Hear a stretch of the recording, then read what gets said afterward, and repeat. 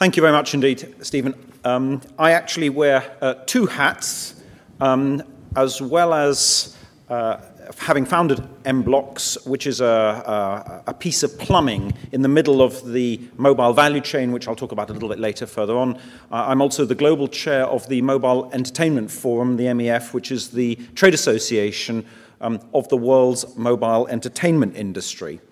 You can question what kind of an industry that can be. After all, how large can a business built on ringtones and logos and funny little things to the phone actually be? Can it even support a trade association? The answer is it's larger than the world's recorded music industry.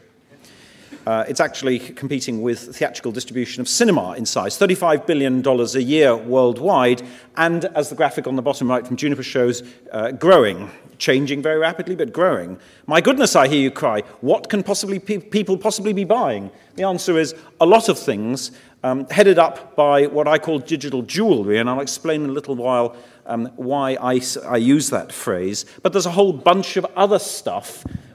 What's striking about that is that there are no e-books on there. And I think that's one of the key messages that I want to leave you with. Well, it's quite clear that a $35 billion industry will by now have developed a fairly established value chain. And the conventional wisdom, particularly from those not involved in the industry, is that it's all about the operators, that clearly this must be the operators, the mobile operators, selling things to customers. And indeed, there is what within the industry a few of us still call the on-portal business, which is where the operator, the mobile carrier, is the distribution channel. And that accounts for probably about 15 billion of that 30 billion worldwide. But a larger proportion, roughly, and this is particularly true in Europe and in the developed world, involves the operators, engages them in a role that I'll talk about in a minute, but actually involves lots of other people and a completely independent distribution channel, an independent retail channel, and an independent marketing channel. And that's an important fact for you to be aware of, that when we're talking about mobile, the operators are important, but they're not the only nor even the predominant distribution channel. It's always a mistake to think that you can learn from history, but $35 billion can't be completely wrong. And so I wanted very quickly to draw out four hints from history, four lessons that I think we've learned thus far and that may be applicable for the e-publishing business. The first is social value. I had the dubious privilege of running the business that did the billing for the Crazy Frog. I was going to put a copy of the Crazy Frog up there, and then I thought those of you who know it already will never want to hear it again, and that those of you who have not been exposed to it, I should spare it for you. The Crazy Frog was the first $100 million ringtone. It blitzed most of the world in 2004, 2005. And it was a classic example that content is not king. Nobody who'd heard it could possibly say that this was a work of art. It was a very social phenomenon, communicated like some horrible flu virus from person to person until it swept the world.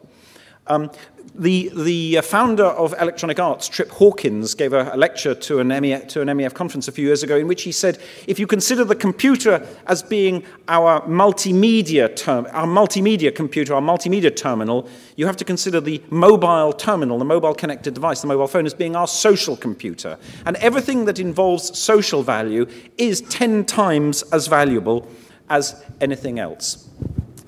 And that was very strikingly illustrated at a Music Ally conference a few years ago, where the delegates from the music industry were struggling to understand why people who refused to pay 79 pence for a full-track, 128-bit coded MP3 beautiful piece of music would stomp up £3.50 for a 30-second degraded slice of the same thing. There was real puzzlement.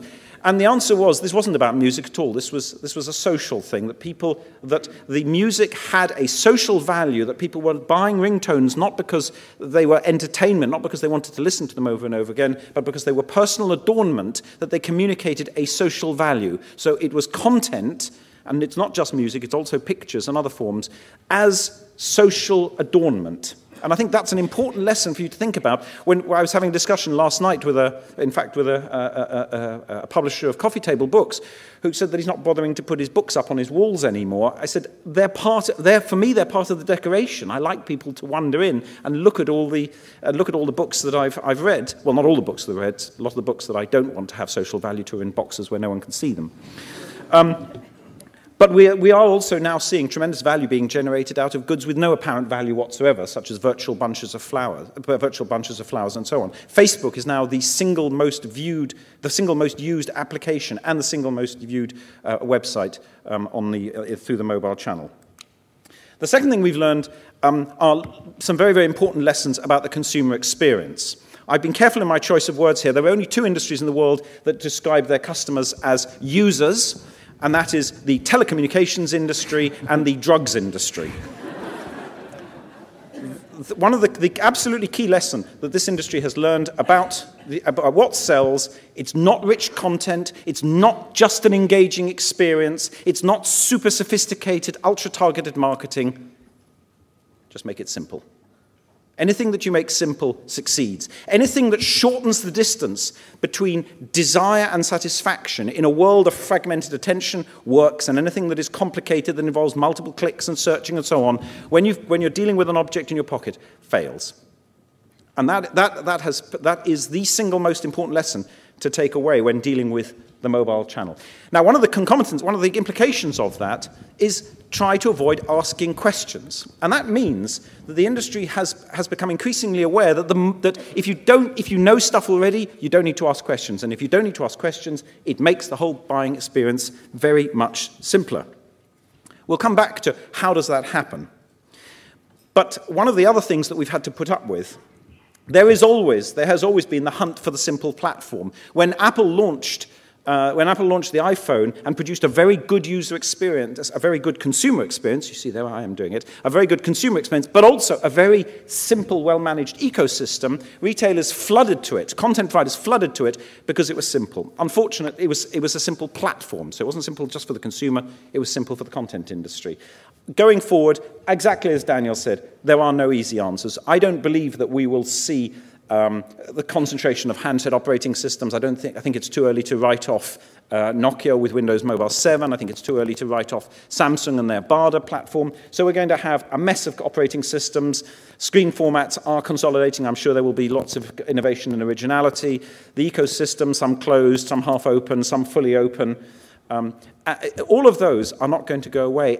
But that doesn't mean that you can't do business on mobile. What the $35 billion content industry has developed is an ecosystem that addresses those problems in a highly efficient and competitive way. So you end up with lots of so-called middlemen, each of whose job it is to squeeze levels of complexity out.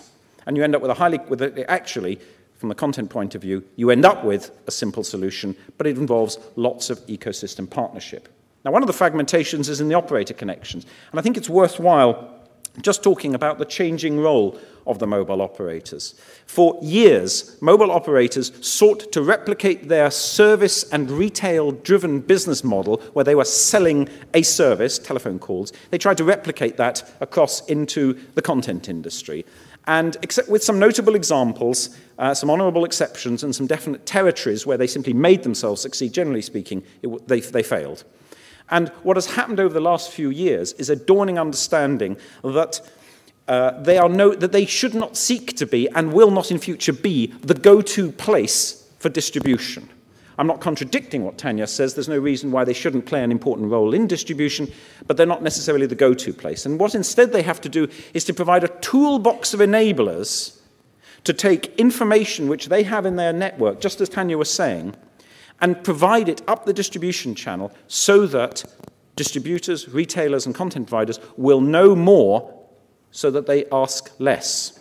One of the key roles of the operators is to provide that information so that you and your partners know more, so that you ask less, so that you provide a simple user experience.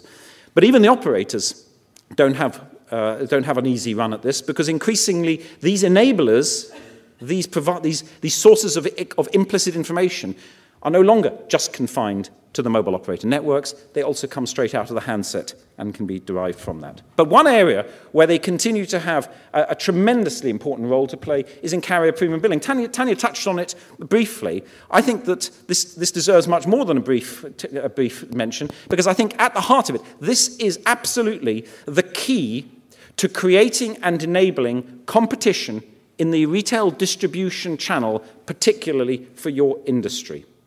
because one of the most powerful sources of concentration of power in a retailer is the fact that the retailer has convinced the customer to lodge their credit card with that retailer.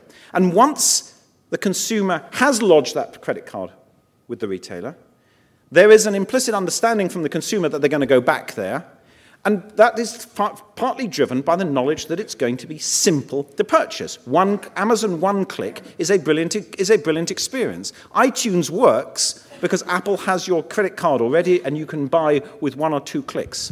So a retail power stems from having simplified the means of purchase. And that makes it tough for emergent, subscale, or independent booksellers and retailers to get into the market. The great thing about carrier billing is that it eliminates that entry barrier. Anybody, small companies, medium companies, and this is one of the lessons from the $35 billion mobile content market, about 100% of which is billed this way. Anybody can get into this and immediately have access to a one-click purchasing mechanism that reaches 100% of the population.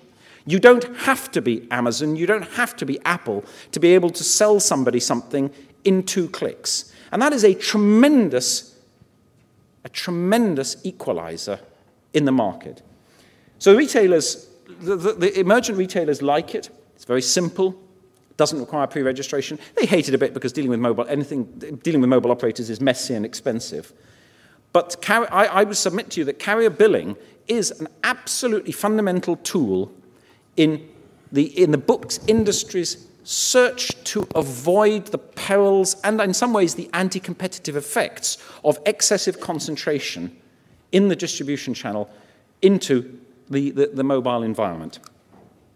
I took out a slide because it had been said before, but I'll say it anyway, that said, I think it must already be clear to you that the mobile connected device is your destiny. It's not about the PC, it's not about the television, it's about mobile connected devices and the ecosystem of the mobile connected device. So in a few years, in a sense, mobile will no longer just be one panel of 5, because this will be the world that you're having to cope with all the complexities that I've just discussed. Fortunately, this is not an industry that you have to construct from zero. There is an established ecosystem. It just happens to be an ecosystem with which you have no contact and they have no contact with you. So my recommendation is a $35 billion industry with an aging product set, desperately looking for new and exciting things to sell. For them, you are the solution to their problem, and for you, they are the solution to their problem. Yes, Apple, Amazon, and Google will drive this industry, but the future is in your hands. You can make sure that they are not alone in doing so. Thank you very much.